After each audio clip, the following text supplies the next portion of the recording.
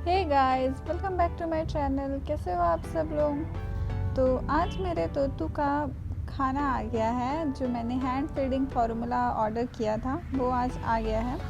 तो मैं आज आपको इस वीडियो में वही अनपैक करके दिखाने वाली हूँ और फिर हम वही खाना बना के भी दिखाने वाले हैं। तो आइए शुरू करते हैं।